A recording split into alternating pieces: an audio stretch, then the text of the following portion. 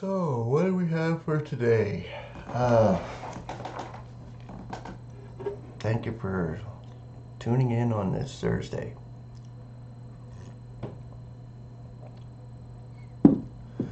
I'm back to work today. A couple of days off is enough. And the snow melted pretty quick. The ground is warm, so it went down a lot yesterday. There's a lot of snow that came down, but it is springtime. It is April, so I'm glad it doesn't take long to melt.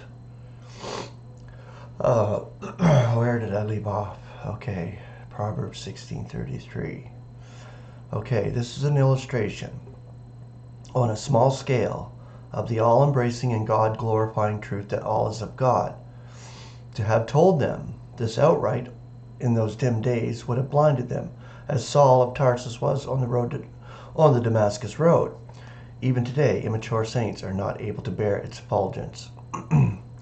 So it is doled out to them, not in plain words, but in obscure acts constantly repeated, and impressed upon them, not only through their ears, but by their sight and other senses. So, a repeated daily thing. You think about this life. It seems like it's mundane and everything, but God has a purpose in every little detail of it. We get up.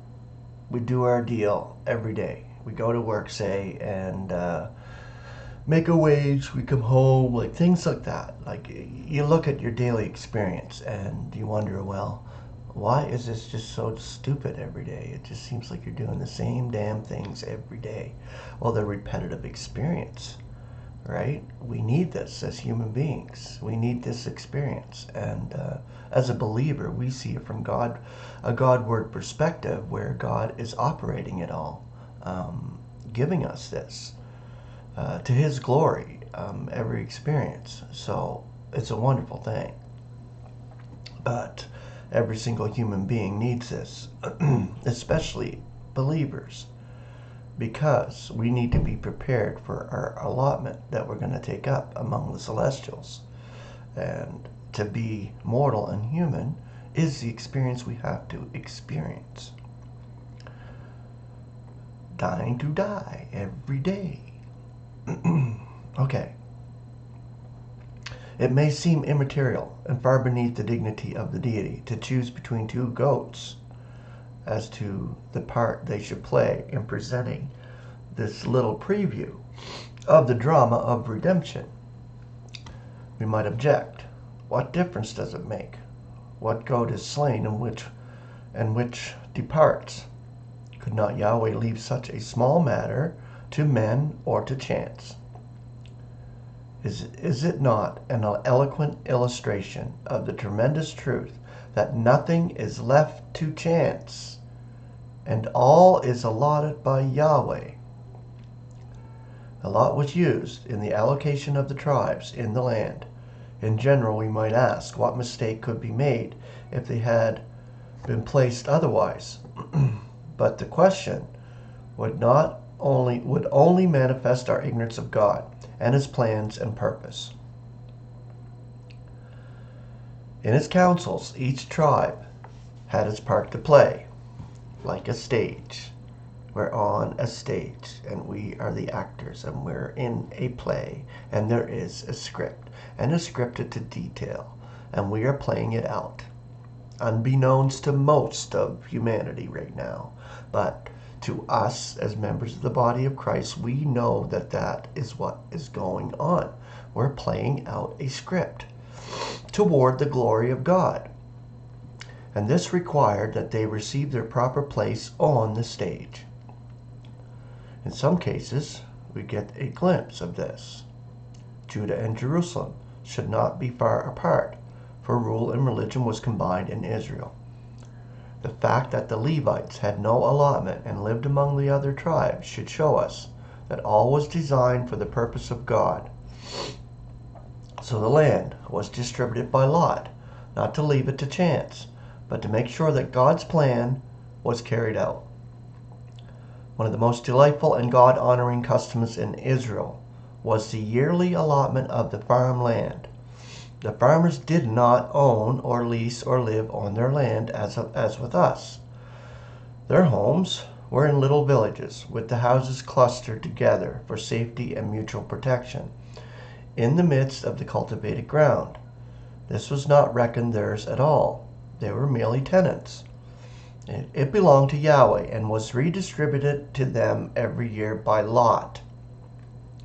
In this way, they were continually reminded of their absolute dependence on their God, who not only supplied the soil, but provided the sunshine and the rain from heaven, without which it was worse than useless.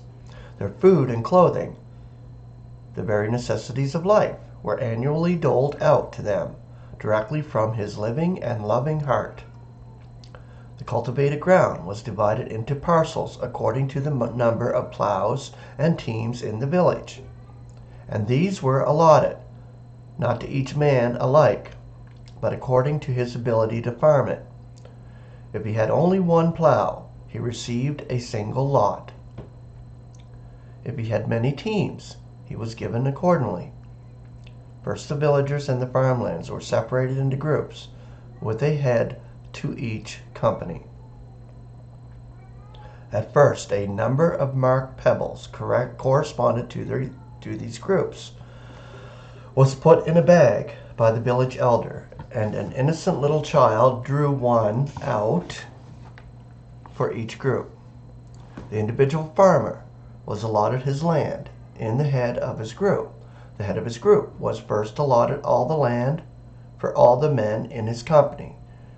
They were considered to be in him.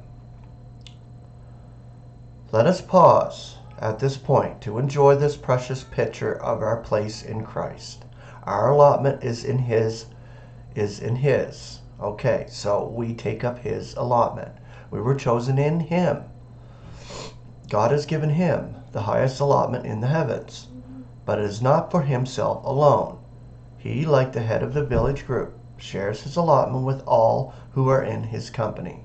The individual allotment comes later, after each group has been assigned its section of the village lands.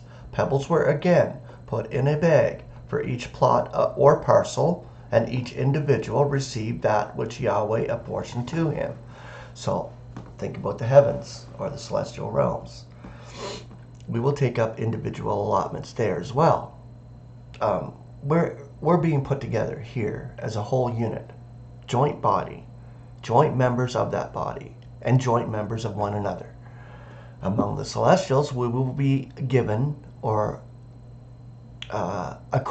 requited, I would say, at the dais of Christ, we will be given an allotment, an individual place in the universe, in the sense of where our allotment is there.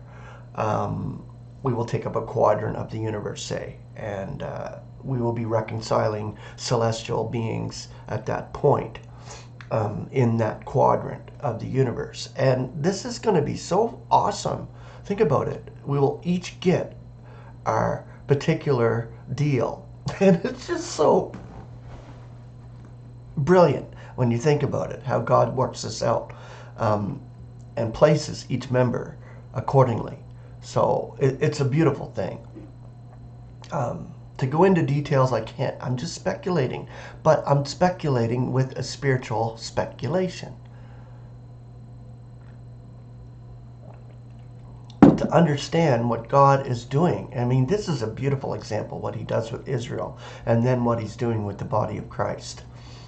This was Yahweh's practical and powerful plan of becoming ever present with his people and making them perpetually dependent upon him. He was in full control. Not they, but he was the master of their souls. Their health and wealth and happiness were directly derived from his providence. Should he withhold the rain, their allotment could no one sustain. But this was a sign that they had displeased him and departed from his worship. Let us not think of the families he sent his people as vindictive punishment. Rather, they were salutary discipline designed to draw them back to him, with the added experience of evil that would enable them to appreciate his blessings to the full and bind them to his heart in thankful adoration. So, we receive everything from God, our very breath, and our experiences are necessary. They train us, they make us, they mold us from the hand of the great potter. So, I'm thankful that you're listening to this because it's important to understand that our allotment is awesome. That's coming. And the preparation to get there is awesome as well. So we can be thankful in all, no matter what. Even when we are going through a heavy trial, which is not fun in the flesh and not fun from a human standpoint, we can get through it understanding that the peace of God is at the other end and the glorious expectation that we have and the burden of glory that's coming is there. It's there waiting for us. So, grace and peace. Have a beautiful Thursday.